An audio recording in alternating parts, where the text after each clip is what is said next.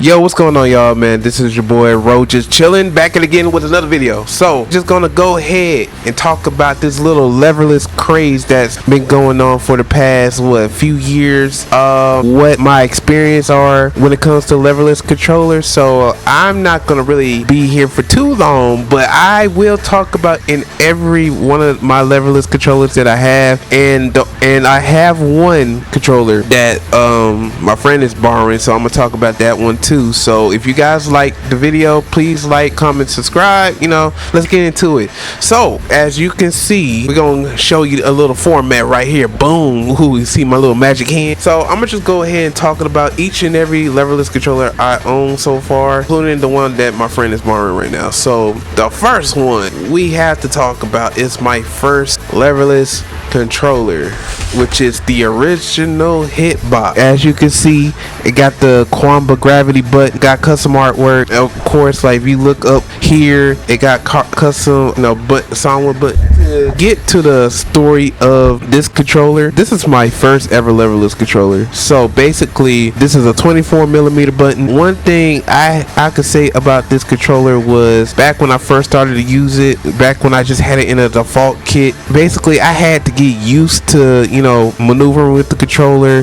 It didn't take me that long really, because I've been using leverless controllers since 2019. I've been going back and been going forward. I've been learning how to do Shoryuken, Hadoken, and all that type of jazz. And the one thing I did like about this controller is the fact that all the buttons are, some people they want to play with their thumbs down like this, some people want to play it like this, or some people want to put their whole movement fingers right here. Of course, this button right here is 30mm as well. Have a good little jump button, and I really like this controller. But as always, I played this when Street Fighter 5 was already near its end, so I tried it out with other games. I played Guilty Gear with this one, I played King of Fighters with this one, I played Killer Instinct. I definitely played Killer Instinct with this controller, and I can say it's really nice. I can say I really do appreciate the fact that this is like the first time that I really played this controller. Of course, coming now, this is the PlayStation 4 PC version of the Hitbox. So if you decide you want to get this one,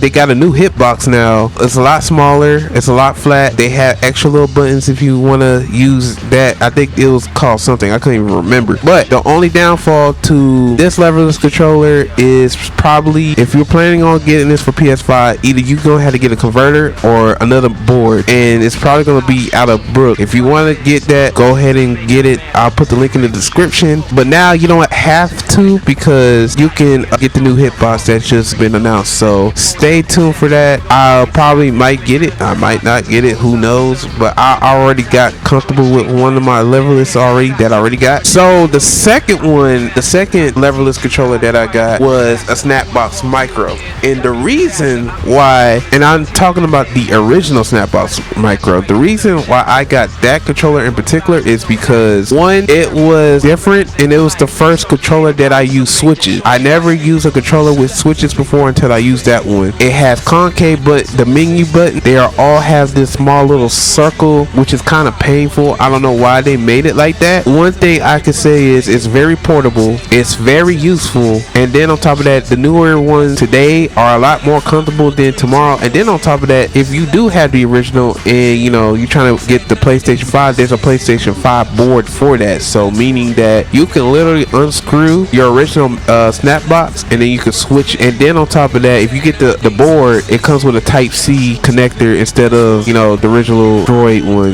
the old school one where it has that little trapezoid shape, the one that y'all can look into if you're into portability. But the only downside to the Snapbox is if you're playing like Street Fighter, and if you trying to have the shortcuts with DI and parry, you're not gonna have those extra type of buttons. One, a lot of people, when they have shortcuts with DI, sometimes they can't reach their pinky just to do a DI or a parry, and some people y'all can just do it the old school way where you parry and then just do heavy punch, heavy kick, or heavy medium punch or medium kick. I would say most likely, stay tuned for that. We're gonna get right into the next level. We got the Hate 42 T16, and we got the Hate 42 U16. I'ma go ahead and get right into it. I'm sorry if is the good thing about these two controllers so far is that there are 16 buttons, and two, you know, Street Fighter, you know, doesn't allow 16 buttons, but they do allow at least about a good, I would say between 12, like a good 12 controllers. Are actually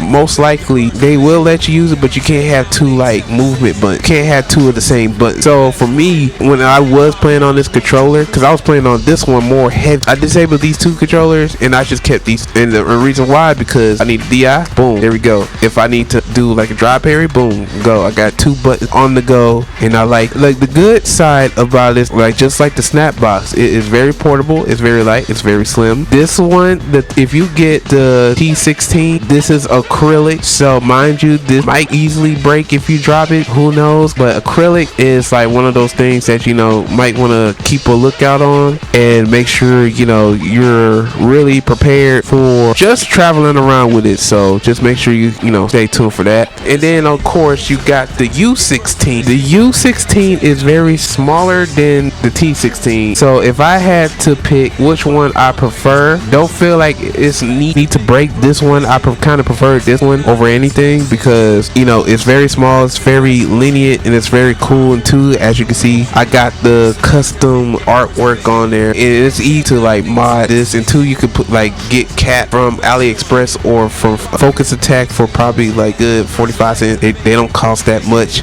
but it's pretty cool to have something like this. The good side of these controllers are the switches are really good. I didn't switch nothing out of it because I actually kind of like the default. It feels pretty good so far. The good side to it is that these are, you know, very portable, 24 millimeter, but they're kind of spread it out. These buttons here are kind of spread it out compared to the T16. I'll say this, it is really good that I kind of preferred this. If U16 made the buttons a little bit closer as far as button spreads, like the Vuelix layout, I definitely like this compared to this, because this one is a little bit more spread it out, which I kind of don't like. I like my buttons to be kind of together. I'll say the pros about these controllers is one, they got the LEDs. Two, they're very portable, and three, they're light. And then you could change the switches on these, like if you want to change to a specific switch, like the low profile ones that Hot 42 sale, you can do that. But the only cons with this is the previous two Leverless that I was talking about, is that one, are not PlayStation 5 compatible unless you had this converter or the Brooks converter like this one here. If you don't have this, or if you don't have the cosmic converter for your controller, it's not going to work on PS5, because if you do try to play on PS5 without these converters, it's going to have a pass through of 4 minutes, and that's the only time you can play it, unless you're playing the PlayStation 4 game. But other than that, yeah, so I'll say I would recommend these two. But if I were you, if you getting a hot tape product, I would say go ahead and get the M16 because it's metal, and I would say go for it. And you know, if you decide to get this, these are between $60 and $70, so they not bad. It's not a bad price for a Leverless that is not overcharged. So yeah, that's it about Hot Tape 42. So the next one, I guess pro players are talking a lot about, is the Punk Workshop, the Leverless U. Oh my goodness, I have to talk about this one.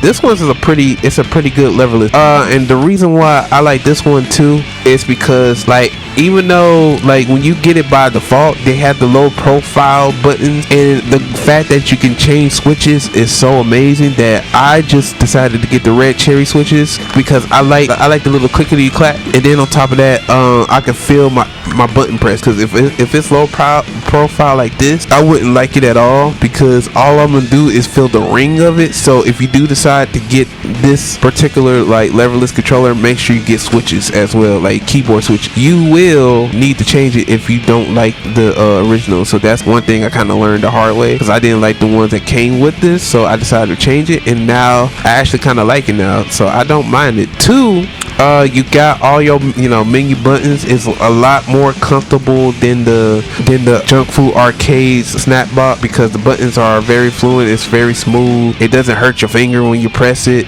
and I definitely like it. Another thing is, I also like the fact that if you decide if you want to mod your stuff, you can just take it out because your stuff is magnet. And on top of that, you can definitely mod it or change your board or whatever you decide that you wanted to do, and then you can just pop it back on just like that. And then of course this comes with a Type-C USB. Of course I forgot to mention that with the other two controllers, but it also comes with a Type-C. And then if you, let's say if you're going around to another tournament, you know, you might want to wrap it around, you know, you can wrap around the wire as soon as you get done with the match like this, and boom, right here, see, you can put your wires just like that, and then you can just like tie it around so that way it won't fall off. So it's very convenient, and it's like that way you don't have to worry about just taking the cord out, wrapping it around, or you could just do the old method, just pull out the cord and just wrap the cord and put it in your bag. But you know, this is a good way of, I guess, save more time. I might use this controller again just because I think this was like my favorite one. Well, before like the new one I got, I think this was like my favorite Leverless controller so far. And then of course 30 millimeter, and then the rest is 24, of course. The only downside, again, once again, you cannot play this on PS5 unless you got the board version where you can play on the PS5, and then or you can use the converter. So either way, it's not a big of a deal because you can just get one if you choose to. And I got one more Leverless to show you, and this will be my last Leverless.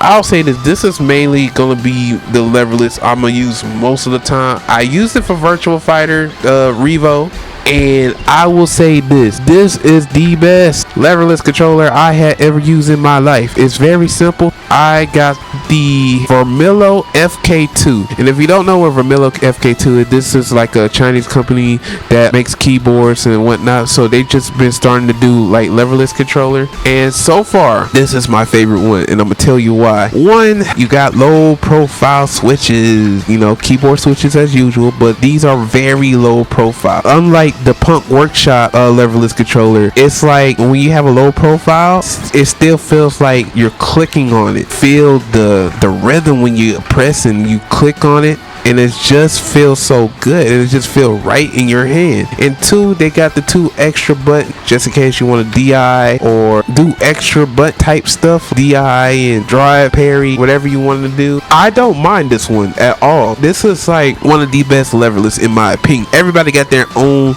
opinion on their favorite Leverless, and hell, even they got like new Leverless I was explaining earlier, like the new Hitbox they just announced, the V-Trick they just released a new Leverless, and I think Corey is on the way to releasing theirs, and then of course Kwamba, they got their own Leverless that's coming. I would say like so far, bruh, like this is a very premium Leverless. One, of course, you guys start out with the buttons, very comfortable as well. Two, you got the PC switch, the PC to the gaming switch, and the lock button too, just in case you know you accidentally press the start button, which I highly doubt because these buttons are a lot harder than these. And three, the weight of it, it's very like it's a little premium-ish, you know, got a little weight to it, but it is small and it's very portable compared, you know, the regular Hitbox. So you can put this in your bag, you can travel around it, and also there's a Type-C right here. Of course, like in the bottom, the foam is really good and it's very stable, just in case you want to play it on your lap. It will not go nowhere, trust me. I played this thing for a good month now. So far, I really do love this controller, and this controller is like around $200. I only say $250 because you got to do the shipping and all that type of jazz, but other than that, this is a really good controller. And then on top of that, one thing I will say, just to help you guys out, if you do decide to get this controller in particular, if you do decide to get this controller, make sure you go on their website and update their firmware, because I remember like when I had got this controller, I had to do some research too on what else I had to do, because I want to make sure that my stuff is functional, and that's mainly what matters. When I find out, you know, that this controller right here, it works in my favor, it was actually acting weird at first because the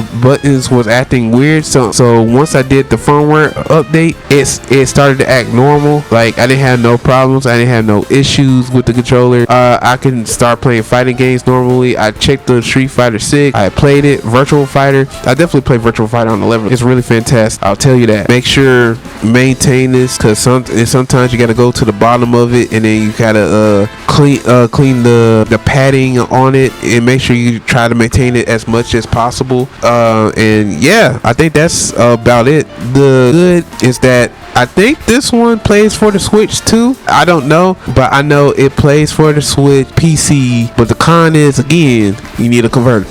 But other than that, I think that's about pretty it. So if you guys want to choose like the type of Leverless, there's a lot of them that's big, small, or you can customize your own, or you can go to like Focus Attack with Johnny Phrase. He'll make one for you.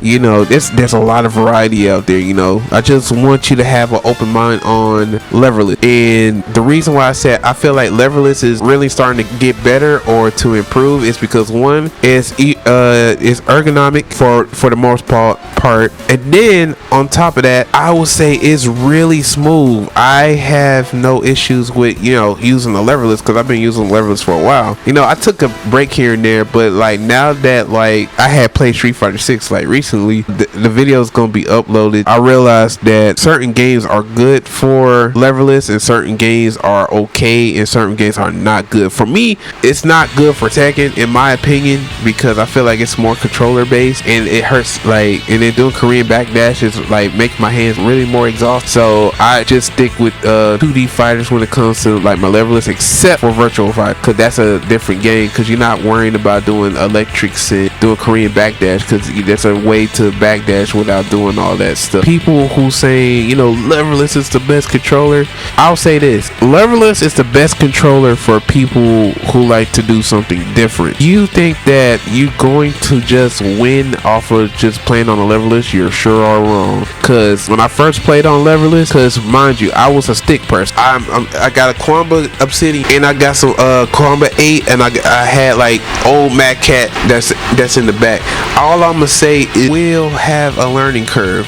Back in 2012 when I first started playing on the arcade, like seriously, it was a learning curve. It was a learning curve because I went from playing on a pad to playing on a stick, and it was a different time. I didn't get the game, I didn't understand it. So it's like not only you have to understand the game, you also got to understand how you use your controller. So once you get over that learning curve, then it starts to get better. So I just want to let you guys know that. So make sure if you're going to get a Leverless controller, make sure that you have a sure preference of it, or you want to try out something new, because there's nothing wrong with trying nothing new. Just make sure the controller is for you, because I seen tournament players win with pad, I seen tournament players win with Leverless, I tournament players with a stick. So no matter what you use, it's what you know. I just want to keep that in mind. It's what you know. So with that being said, this is Ro Just Chilling. I hope you guys like the video. If you make it to the end of the video, please like, comment, subscribe. I hope you guys have a wonderful day and see you on the next run.